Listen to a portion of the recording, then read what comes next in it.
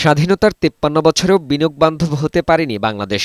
এখনও এদেশে বিনিয়োগ করতে হলে ২৯টি প্রতিষ্ঠান থেকে ১৪১টি ছাড়পত্র নিতে হয় একজন উদ্যোক্তাকে। অন্যদিকে গত ৩ বছরে গ্যাসের দাম বেড়েছে ৪০০% বেশি। গ্যাসের দাম আবার বাড়ানোর পায়তারা চলছে।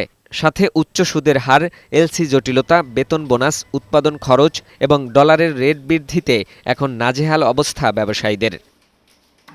এমন পরিস্থিতিতে দেউলিয়া আইনের পরিবর্তন চান ব্যবসায়ী নেতারা। বলেন, খেলাপি হয়ে জেলে যাওয়ার পরিবর্তে এক্সিট পলিসি অর্থাৎ ব্যবসা থেকে সম্মান নিয়ে বেরিয়ে যেতে চান তারা। রোববার বাংলাদেশ চেম্বার অব ইন্ডাস্ট্রিজের নেতৃত্বে বিভিন্ন সংগঠনের ১৩ সদস্যের প্রতিনিধি দল বাংলাদেশ ব্যাংকের গভর্নরের সাথে দেখা করে এমন দাবি করেন। আগামী তো আর ইন্ডাস্ট্রি নতুন করে কোনো অবস্থাতে কিন্তু বাংলাদেশে চিন্তা করারও কোনো কারণ নাই।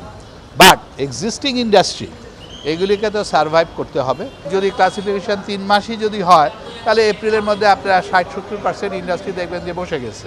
এটাকে আপনারা ২০২৫-এর এন্ড পর্যন্ত নিয়ে যান।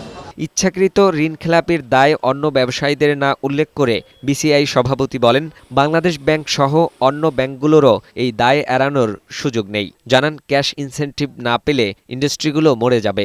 আমাদের দেশে ক্যাশ ইনসেনটিভ উইথড্র হবে, আমাদের দেশ থেকে ইন্টারেস্ট রেটও হাই হবে, আমাদের গ্যাস প্রাইসও বাড়বে, বেতনও বাড়বে, ইনক্রিমেন্টও হবে। তো এখানে কিভাবে কম্পিটিটিভ হবে? ঠিকমতো যদি ডিউ ডিলিজেন্স ব্যবহার করা হয়, তাহলে বাংলাদেশে কিন্তু ইন্ডাস্ট্রিগুলি বসে যাওয়ার কোনো কারণ আমরাও দেখি না। এ সময় এলসি জটিলতা দূর করা এবং সুদের হার কমানোর দাবি করে বিজিএমইএ।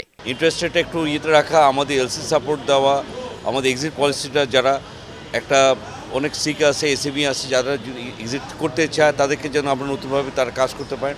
গভর্নমেন্ট মধ্যে খুব আশ্বস্ত করেছে, বাংলা ব্যাংক বেশ কিছু পলিসি সাপোর্ট আমরা পাবো। ব্যাংক রিফর্ম কমিটিতে ব্যবসায়ীদের অন্তর্ভুক্তি এবং অ্যাগ্রো প্রসেসিং ইন্ডাস্ট্রিকে গুরুত্ব দিয়ে সাপ্লাই চেইন ঠিক করার দাবিও করেন ব্যবসায়ী নেতারা। ফাহিম মোনায়েম, বৈশাখী সংবাদ, ঢাকা।